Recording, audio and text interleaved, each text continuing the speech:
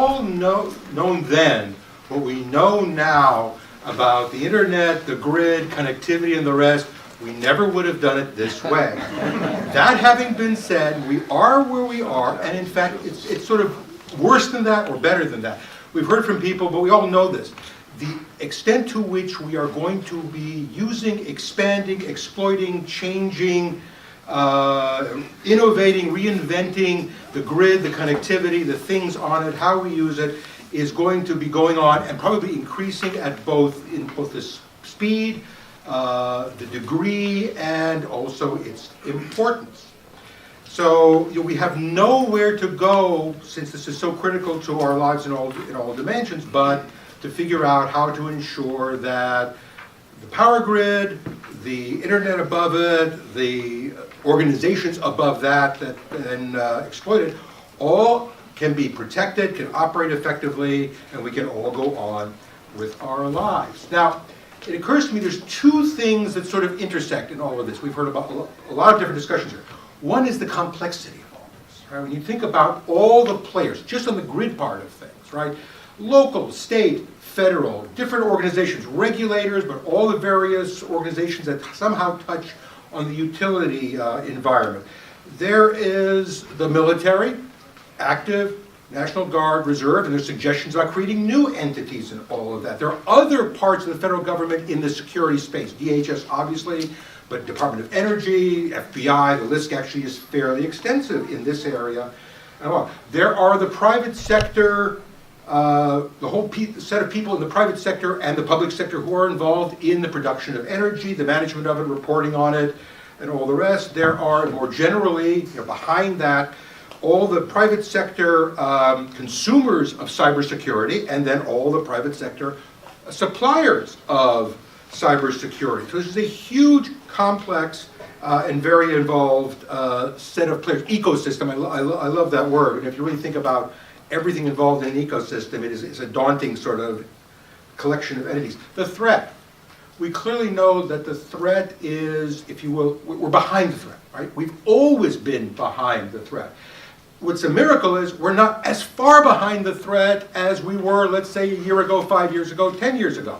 That doesn't mean we'll stay that way. We sort of when I say that, whether it's the military or the private sector government agencies, we're continuing to do better, but it's not clear that essentially you can outpace. And in fact, people are talking about time here, there's always the problem of reaction, recognizing when you're being attacked, recognizing what the attack is, deciding on a response.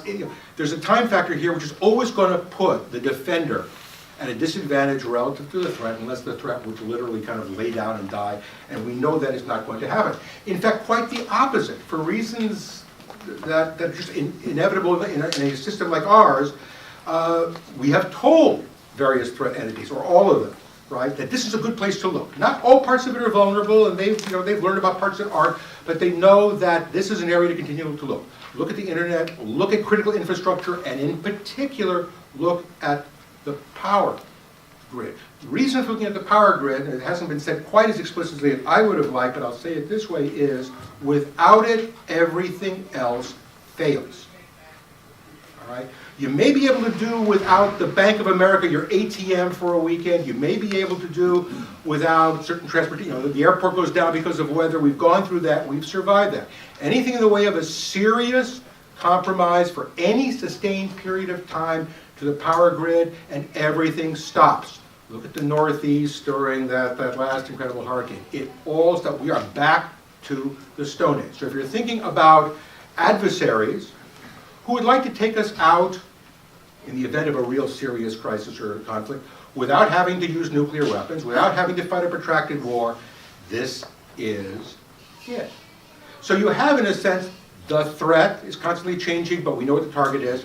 The players are complex, and by the way, changing also. If we're going to add 50 million new devices, that's a whole set of additional players. The role of microgrids, the role of the individuals, the role of small business, the role of your driverless car with its engine. All that's going to be part of this system. So it's going to grow, change, create potential vulnerabilities, all that kind of stuff. Which is why it comes to my mind, this is sort of almost my final point, is that the National Guard is remarkably well suited to be not just a player, but perhaps even a or the central player in figuring out how we're going to support it. It's not going to do all the job, right? It is not going to take the place of the private sector security providers in doing their thing for companies as well.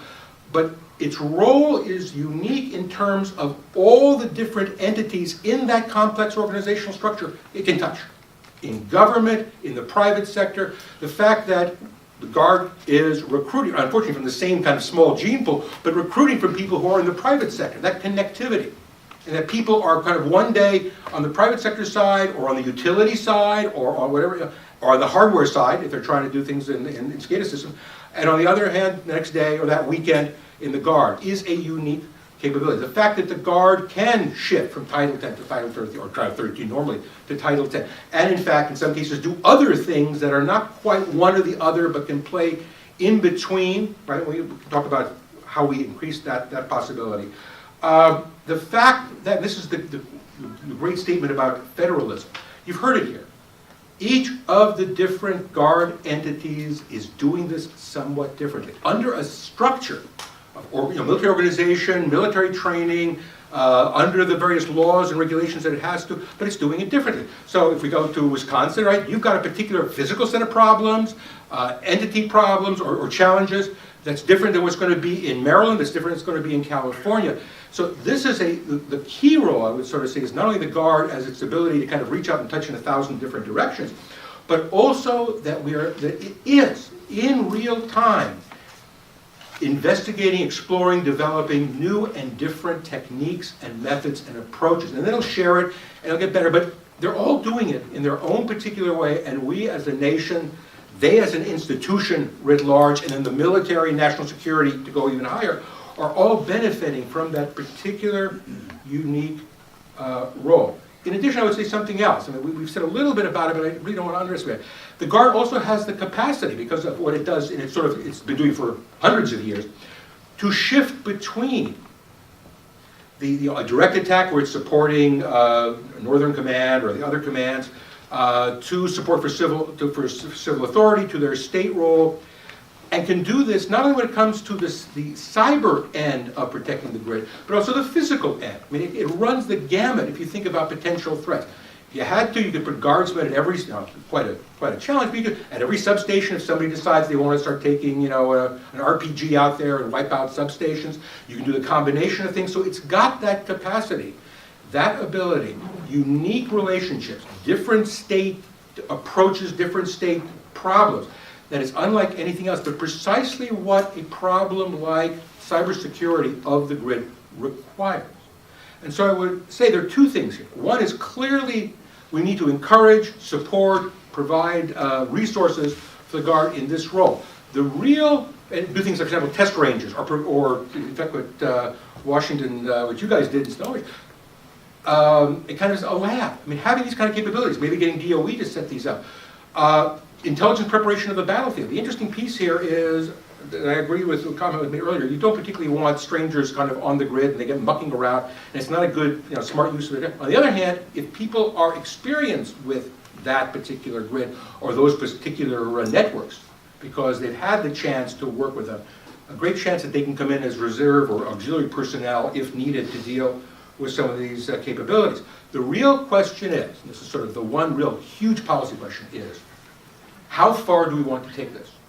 I mean, given what I've described as this sort of interesting place that the Guard has. So do you want to have a Guard Corps that in fact is dealing with cyber protection of critical infrastructure? And you still have to define where the limit of that is. Is it only in crisis? Is it only when you have a high order event, or you fear a high order event? Does crime count as much as an attack by a nation state? You have to sort of work through those. But that seems to me to be the issue, right? Because this can continue in a kind of one of a number of different roles that the Guard has. But the Guard, like the regular military, is being really stretched. So what we want to think about is, if this is something that it's uniquely capable of doing, and where it can play a role that really I don't think another institution in this country can play, how far do we want to take it? And if you're going to take it farther, given everything else that Guard must do, state level or federal, right, that means you want to think about people, organization infrastructure, and you want to think about resources. And that may be a significant demand on the federal treasury at the end of the day. Let me stop there.